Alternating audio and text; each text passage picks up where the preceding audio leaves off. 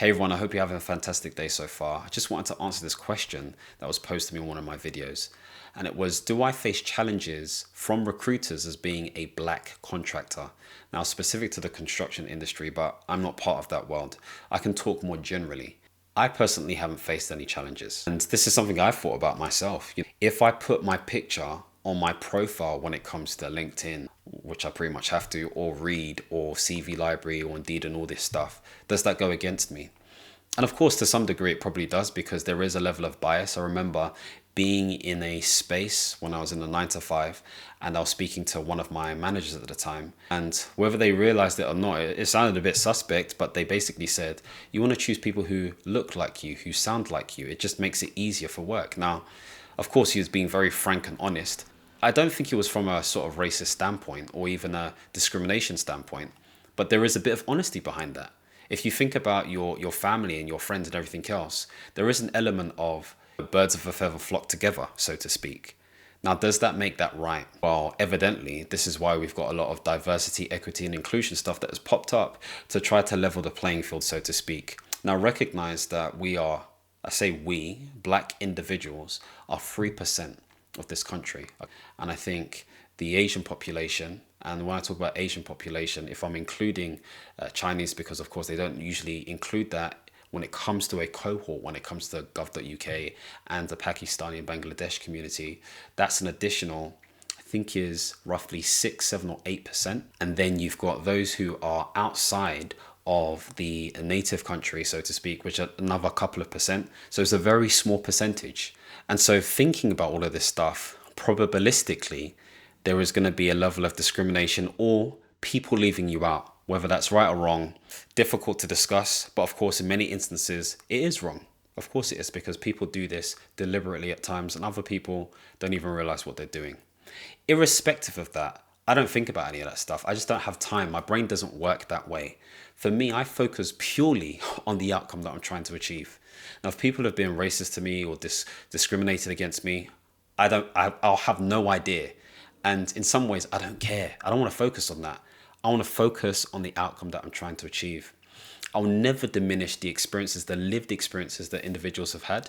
But for me personally, I just don't see it that way. And if I do see it that way, then there's going to be a problem. Of course, because it becomes personal.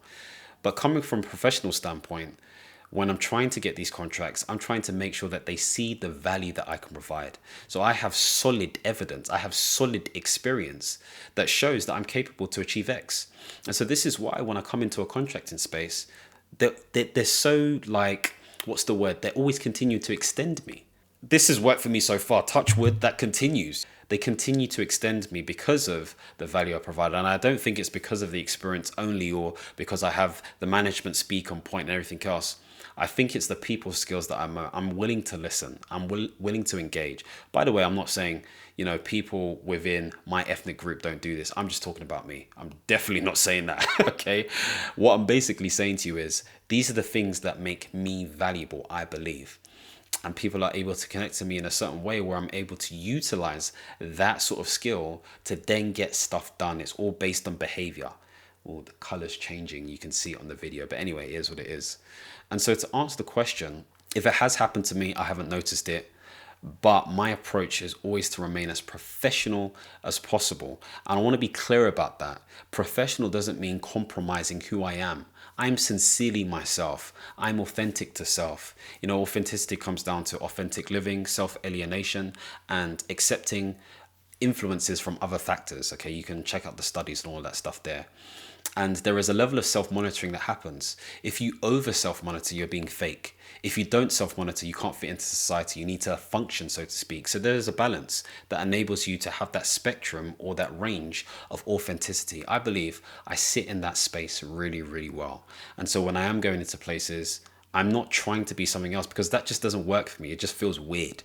Okay, this is part of the reason why I left the 9 to 5 workplace in the first place. And so if you're in a position where you are a black individual, you're an Asian individual, you're of a population or ethnicity that is outside of the majority, do your best to focus on success metrics. Try to seek individuals who have done this. The first person who got me into the space, or at least believed in me and told me how this stuff works, was my good friend Katrina, okay? A black individual, a lady, we're the same sort of like generation, everything else. Really great person. She gave me a chance. She sat down with me and spoke to me about this stuff. This is why I'm doing this YouTube channel. I'm giving you so much of this stuff. I never saw any of this stuff when it came to contracting and all this kind of jazz there. So take it as you can, take it as you will, connect with the right people and focus on outcomes.